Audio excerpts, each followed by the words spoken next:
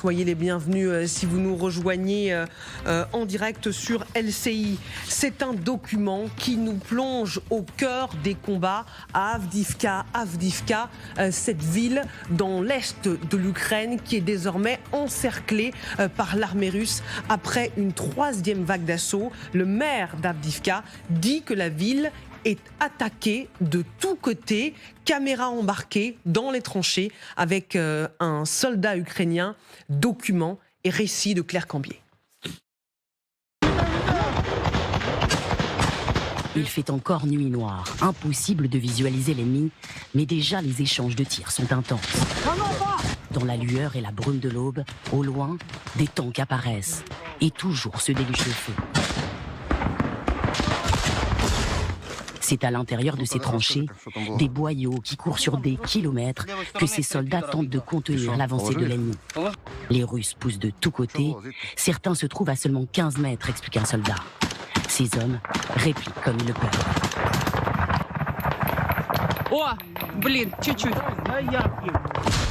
Les combattants opèrent depuis une forêt dans les alentours d'Avdiivka. Caméra GoPro vissée sur le casque, arme automatique à la main, le commandant Oleg Sentsov rapporte la dureté des combats dans cette région du Donbass. Les images dateraient de la mi-octobre. C'est à cette date que les Russes ont lancé une vaste offensive pour reprendre la ville. Ravagée par 9 ans de guerre, Avdiivka est devenue le symbole de la résistance ukrainienne. Mais ces tranchées ne protègent pas toujours. Un homme a été blessé aux jambes. Il faut lui prodiguer les premiers soins sans espérer d'accalmie. Laissez-vous, on est encerclés. Des tanks arrivent sur nous, alerte un membre de l'équipe. 4 tanks passent et s'éloignent finalement. Le danger vient même du ciel. Des drones survolent la zone. Un soldat tente de l'abattre. L'ordre d'évacuer arrive enfin. Sur les 13 hommes de cette équipe, 3 sont blessés. Al-Qaïda, touché aux jambes, souffre terriblement. Partez sans moi, lâche-t-il, je vais rester, je n'y arriverai pas. N'est pas question d'abandonner l'un des leurs. Sentsov préfère laisser là la mitrailleuse. Portez Al-Qaïda, tirez-le par les bras, peu importe si elle hurle, dit-il.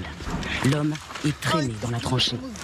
Des blindés sont arrivés, mais il faut encore traverser plusieurs dizaines de mètres à découvert pour y grimper. Une ambulance les attend plus loin. Les blessés sont pris en charge. C'est la délivrance. Les hommes s'embrassent, ils peuvent enfin souffler. Ils sont sortis de l'enfer. Amiral Olagaray, pourquoi c'est si dur pour les Ukrainiens à Avdiivka ? Parce qu'ils n'ont certainement pas mis toutes leurs forces pour les préserver sur d'autres fronts, peut-être éventuellement pour essayer d'établir cette tête de pont sur la rive du Dniepr, plus au sud. Donc ce sont des choix qui s'étalent sur à peu près 1000 km de front.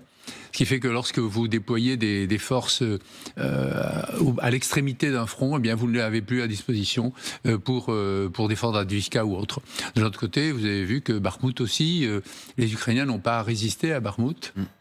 Et ça a été une guerre. Alors bien sûr, on peut dire que le flux incessant des attaques de Russes, même mal préparées, mal commandées, est quelque chose d'épuisant pour des soldats qui, on l'a vu, ne sont pas souvent relevés du côté ukrainien et pour lesquels la mobilisation semble un peu difficile aussi dans le reste de la population. Donc il y a là manifestement le poids démographique de la Russie qui pèse énormément et qui ne me semble pas pouvoir être facilement compensé par les ruptures technologiques dont celle que le général Zaloujny appelait de ses voeux, puisqu'il disait « Nous sommes dans une impasse et la seule façon de s'en sortir, c'est l'appel à la technologie. » Moi, je veux bien, mais l'appel à la technologie, les technologies de pointe existent.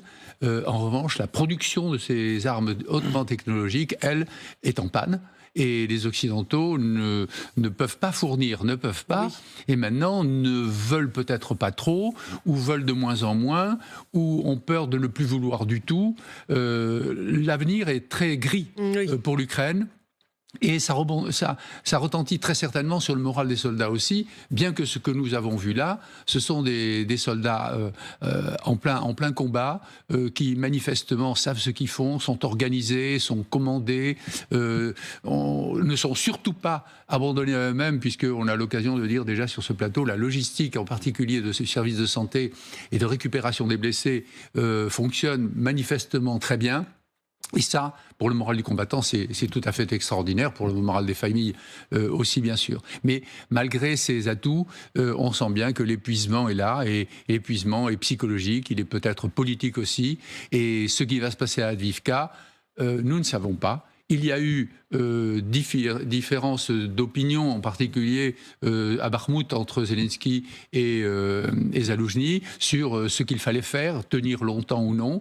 Avdiivka me semble être plus militaire, parce qu'il y a d'un côté quand même Donetsk, et de l'autre côté Kramatorsk. Et là, si Avdiivka si cette ville tombe aux mains des Russes, que va-t-il se passer ? Kramatorsk peut être menacé beaucoup plus, et là, c'est beaucoup plus essentiel d'un point de vue stratégique. Voilà, on est au-delà de la ville symbole comme l'était Bakhmout. On va au-delà de ce qu'était Bakhmout. Et puis, il ne faut pas oublier que les Ukrainiens étaient dans les faubourgs de Donetsk il n'y a quand même pas tellement longtemps. Donc là, c'est un recul véritable, puisque maintenant, ce sont eux qui sont menacés dans ce qui est très important, le nœud logistique extrêmement important de Kramatorsk.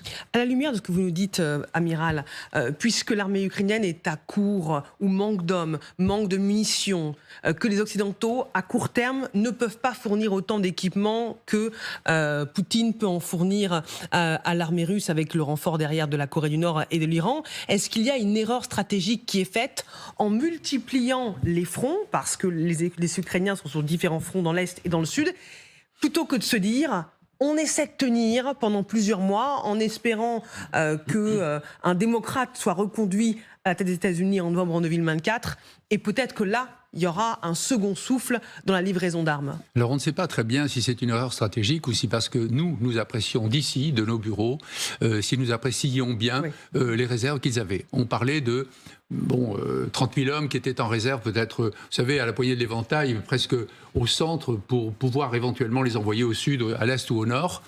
Et puis, on s'aperçoit qu'on les envoie nulle part, que la contre-offensive a dû consommer beaucoup d'hommes, bien davantage que ce que l'on pensait, et qu'il n'y a peut-être plus assez de réserves pour tenir le front dans le nord-est et le nord. Donc ça semble montrer que c'est plutôt un épuisement de ces forces soi-disant consacrées à la contre-offensive, et ça n'est pas bon du tout, ça n'est pas un bon signe du tout.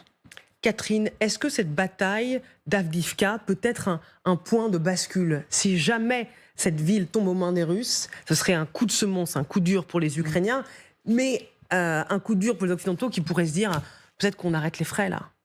Est-ce que ce risque-là existe ? Ce risque existe, notamment en fonction du résultat de l'élection présidentielle américaine. Mais pour les Russes, Avdiivka, et à contrario pour les Ukrainiens, c'est très important parce qu'effectivement, ce n'est pas Bakhmout avec en plus Wagner. Là, c'est l'armée russe. C'est une ville qui stratégiquement a un sens parce qu'elle est juste à côté de Donetsk. Et c'est parce que c'est une ville qui, en 2014, en plus, était tombée brièvement dans les mains des Russes au début de la guerre du Donbass, mais que les Ukrainiens avaient repris très vite. Donc si aujourd'hui les Russes réussissent à la prendre, à la fois d'un point de vue symbolique, ce serait la revanche pour les Russes de 2014, et puis d'un point de vue stratégique, parce que là, ils ont effectivement un point d'appui par rapport à Donetsk et Kramatorsk. Donc, Vladimir Poutine, en pleine campagne présidentielle, même s'il n'est toujours pas officiellement candidat, mais ça ne fait mystère pour personne, s'il peut se vanter d'avoir repris Avdiivka avec son armée à lui, sans avoir besoin des supplétifs et des mercenaires de Wagner ou de toute autre milice, ce serait un triple succès. Succès parce que c'est son armée, succès parce que c'est une ville qui peut ouvrir vers d'autres, et succès parce qu'en 2014, il n'avait pas réussi à la garder. Aurélien Duchesne. Oui, il ne faut certes pas retomber dans l'excès qu'on avait pu avoir avec d'autres précédents. Par exemple, sur Barmout, on parlait déjà évidemment de la fatigue de la guerre qui pouvait se mesurer dans des opinions occidentales. On disait déjà, si les Ukrainiens perdent Barmout, c'est bien la preuve qu'ils ne peuvent rien face au rouleau compresseur ukrainien. On avait déjà entendu pour le même discours, en réalité au printemps, à l'été 2022, quand il y avait eu des pertes justement dans le Donbass, à Lysychansk, etc., ou à Liman, et on disait, c'est bien la preuve qu'après l'euphorie de février-mars, où les Ukrainiens avaient résisté mieux que prévu, à Hostomel, au nord de Kiev, ils ne pouvaient pas tenir face à la deuxième armée du monde. Et puis on était repassé dans les inverses, évidemment, avec la contre-offensive de l'automne 2022. Mais cela dit, c'est vrai que là, il y a une différence avec Avdiivka qui vient d'être décrite, son double poids symbolique, évidemment, côté russe, mais aussi le fait que là, une défaite ukrainienne là-bas, non seulement viendrait dégeler une ligne du front qui a très peu bougé depuis 9 ans, et qu'elle s'ajoute à l'échec, il n'y a pas eu de précédent pour le coup, de la contre-offensive. La deuxième chose, si j'en reviens à la question évoquée avant de l'allocation en fait des ressources en hommes sur tout le terrain, on sait que les Ukrainiens ont eu beau jeu de garder des réserves, d'une part, j'ai envie de dire, par flexibilité, au cas où, par exemple, les Russes feraient ce qu'ils sont en train de faire à Avdiivka, essayer de reprendre l'initiative, de forcer les troupes ukrainiennes à réallouer davantage de moyens et toute la logistique qui va avec vers une autre partie du front. Heureusement que les Ukrainiens n'ont pas tout concentré à un seul endroit. D'aucuns avaient critiqué les Ukrainiens de ne pas se concentrer suffisamment, par exemple, dans le coin de Zaporizhia, Verbovier, etc. Pourquoi les Ukrainiens massifient pas leur assaut là-bas, ils pourraient percer. Ça, c'est effectivement, c'est ce qu'on peut dire sur les plateaux, dans les bureaux, bien chez nous, aux États-Unis ou en Europe. Bon, on voit heureusement que les Ukrainiens ne l'ont pas fait. Et on voit aussi, j'en arrête là, que les Ukrainiens ne retombent pas à Avdiivka dans le piège qu'avaient essayé quelque part de leur tendre les Russes à Barmout, c'est-à-dire à l'équivalent de ce que les Allemands ont voulu nous faire à Verdun. Les Allemands avaient parlé, la formule du Kronprinz, saigner à blanc l'armée française, c'est-à-dire de concentrer trop d'hommes sur une ville qui avait une valeur stratégique assez secondaire. Bon, les Ukrainiens n'étaient pas tombés dans le piège de défendre à tout prix Barmout au-delà de toute raison et de se perdre trop dans cette bataille. Ils ne font pas la même chose à Avdiivka. Donc j'ai envie de dire, s'ils perdent Avdiivka pour ne pas lâcher la proie pour l'ombre, c'est pas forcément grave.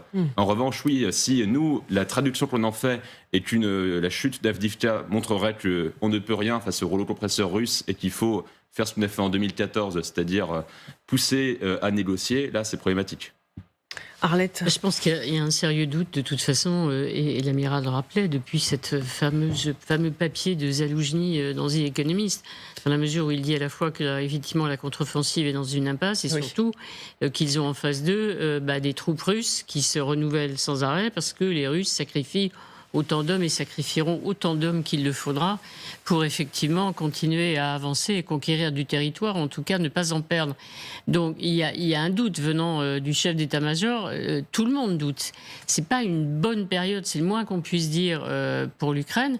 Et j'ajoute dans un autre domaine qui est celui de la diplomatie. On attend au mois de décembre l'ouverture de négociations officielles sur l'adhésion de l'Ukraine à l'Union européenne, sauf qu'on voit bien que le paysage quand même s'assombrit parce qu'il y a des élections. Au fur et à mesure, on avait la Hongrie qui effectivement est plus que réservée, la Slovaquie qui dit non, et des élections il y a une semaine aux Pays-Bas. Le gouvernement n'est pas encore constitué, c'est le Premier ministre actuel qui va participer au prochain sommet de l'Union européenne encore une fois, mais la coalition, si c'est effectivement l'extrême droite qui arrive à composer un gouvernement, alors là c'est carrément aussi le refus de l'entrée de l'Ukraine dans l'Union européenne. Donc on ne peut pas dire que militairement ça soit favorable.